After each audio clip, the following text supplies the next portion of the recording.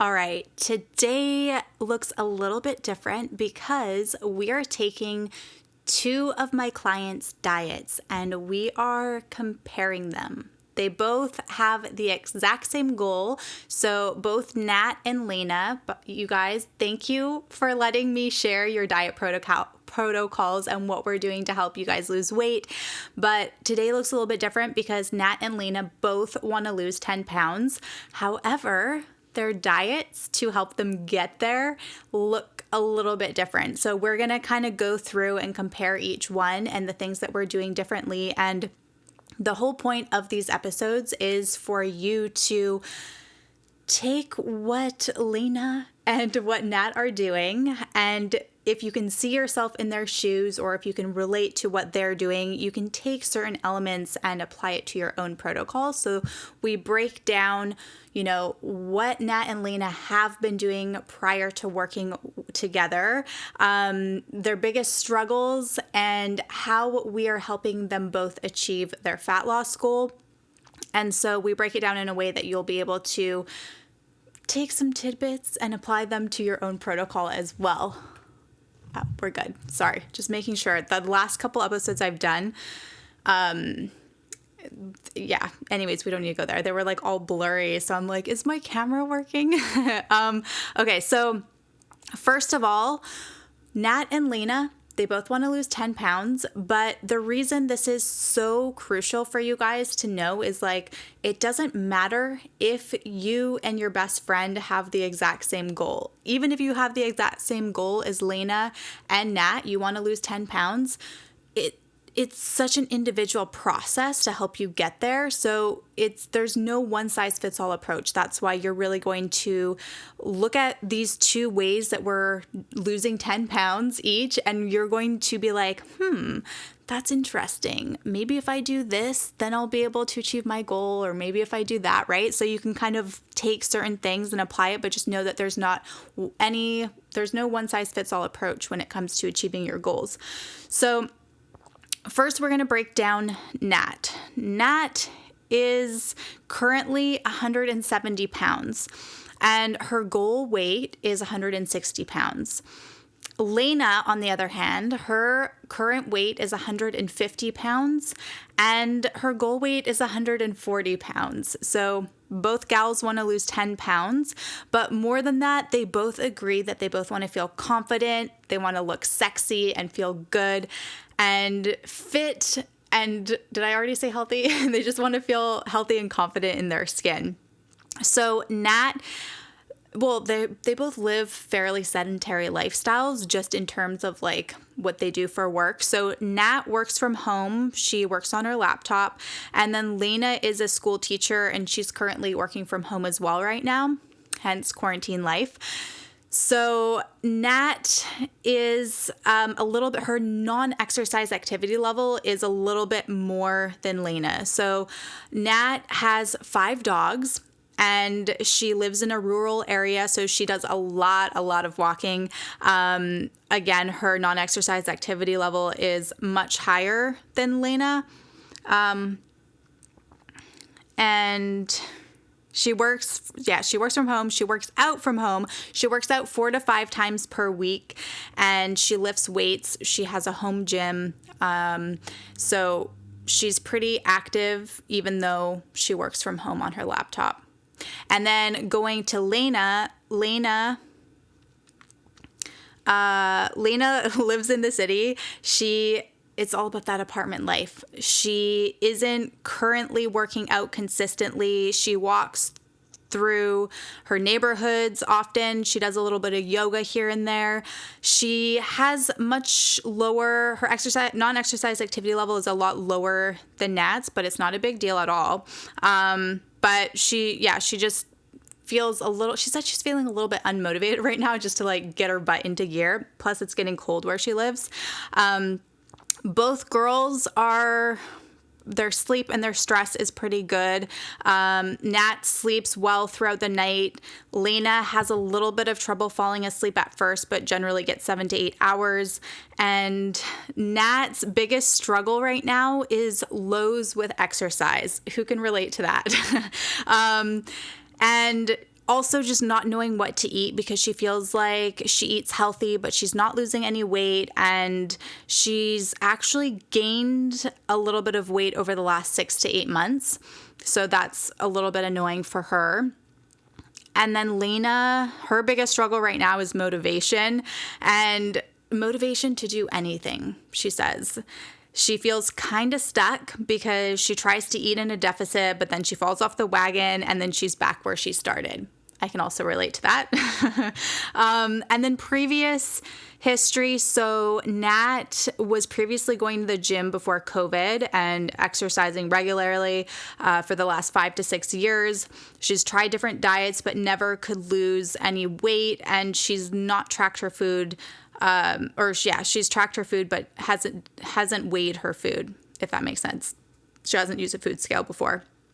And then Lana previously has tracked her food. She didn't weigh her food previously. She used to count calories and she lost some weight, but then she ended up gaining it all back. So that is where we currently stand.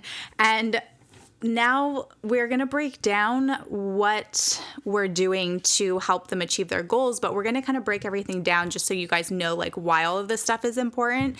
So Nat and Lana, even though they both have the exact same goal, and you guys, this is really crucial, this is key, their activity level is different. So therefore, the amount of food that they both require is going to be different.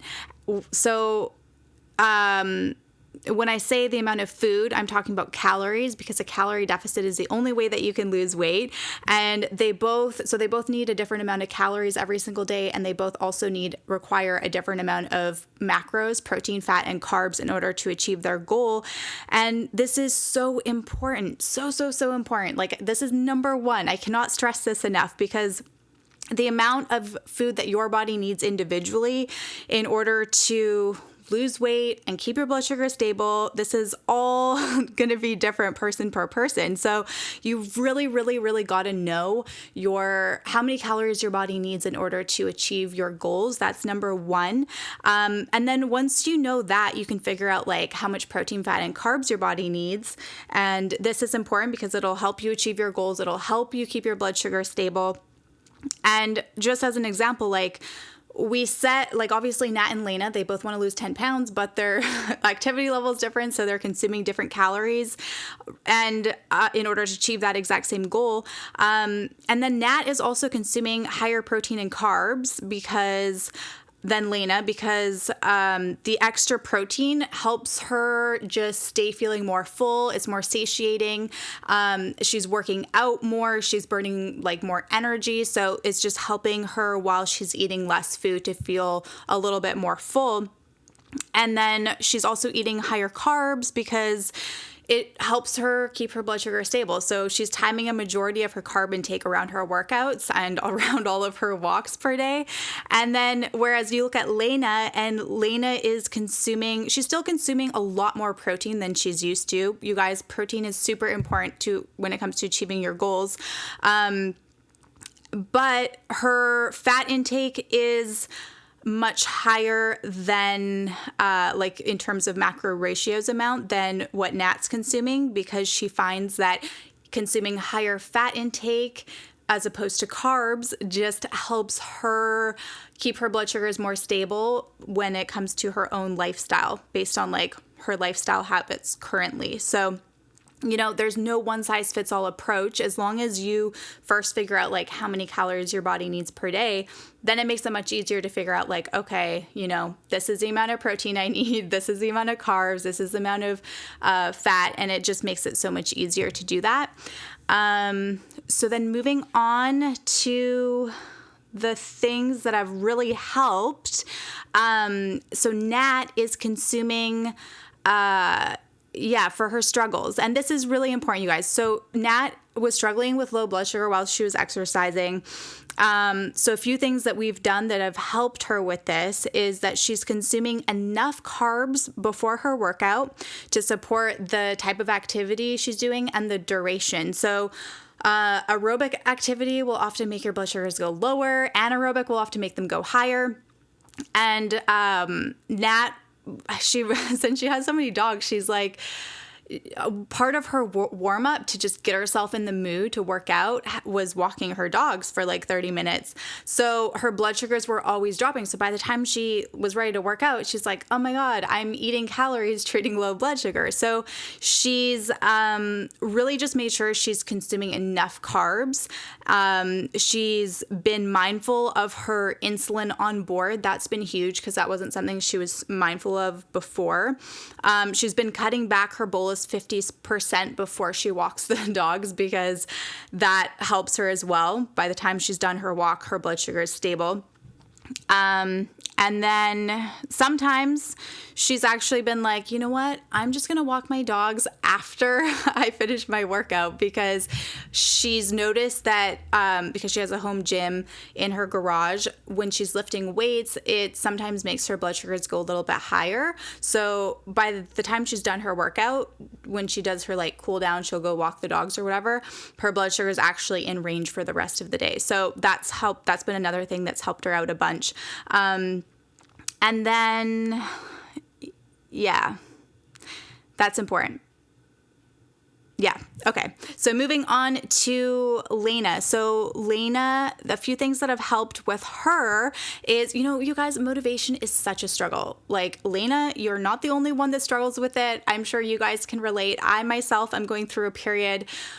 Granted, I have my period where like my motivation is just really tough this week. So it happens to all of us. But a few things that have helped is just having a solid workout plan. So just knowing exactly what Lena's doing, like, okay, I have all these exercises I need to do. Here's my handful of exercises. I just got to get them done this week. Like, this is my goal for the week. And then just having a goal, having a purpose has helped her. Her body feels better. She knows she feels better when she does them, and just knowing exactly what she needs to do, she does it. Doesn't matter like when she does it, right? Like she just gets it done that week. She feels so much better, and that's just helped motivate her to get it done.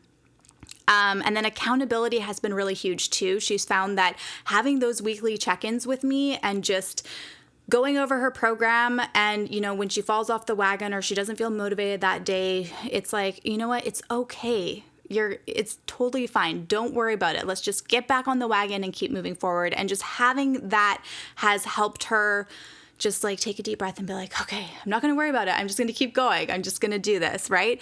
And because you guys, it happens. Like sometimes you fall off the wagon, and just getting back up is the most important thing, because in the long span of things, a couple days of like no motivation is not going to be the end of the world. So just that accountability aspect, she said, has really helped her.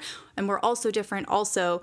But if you are the kind of person that feels like accountability is something that helps you, I mean, make a plan, check it off. Like, this is what I need to do this week. And then make sure that you're doing it. Whatever you need to do, have a friend that's doing the same thing. Keep each other accountable. Maybe use an app. There's so many apps online that can help you like stay in line with your check-ins, like a self-coaching kind of app, or, find someone to help you out, or like whatever it is for you. But even sometimes making that list of like, okay, these are the exercises I need to do. These are my macros. This is the amount of calories. And just go like Monday, Tuesday, Wednesday, Thursday, Friday, Saturday, Sunday, right? Like go through the week and just check it off, have that purpose for the day. That might help. But that's super important. That's been important for Lana. And then you guys, the reason why your previous dieting history is so important is because it just helps us know. It helps us know like, this is what you did in the past, but knowing that helps us figure out, okay, this is what we're going to do today that is going to help you achieve your goals and help keep your metabolism a fat burning machine, because that is just so important when your goal is fat loss, right? So all of those things, that you've done 6 years ago, like how many diets have you tried in the past? Like what have you done? What haven't you done? All of those things can affect what you're doing today.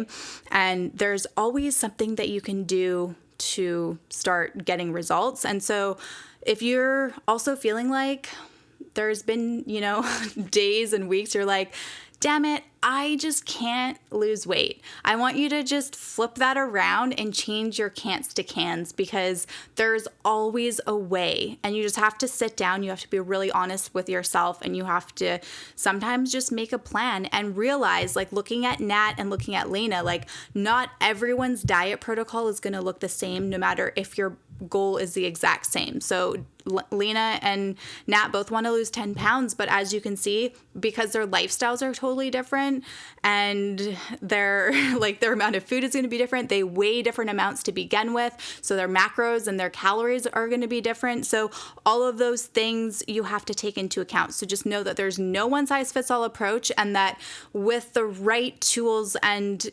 just not giving up, you're going to get to where you want to be. All right. So you've got this. Keep doing your thing. Keep being amazing. I'll talk to you really soon. Bye for now.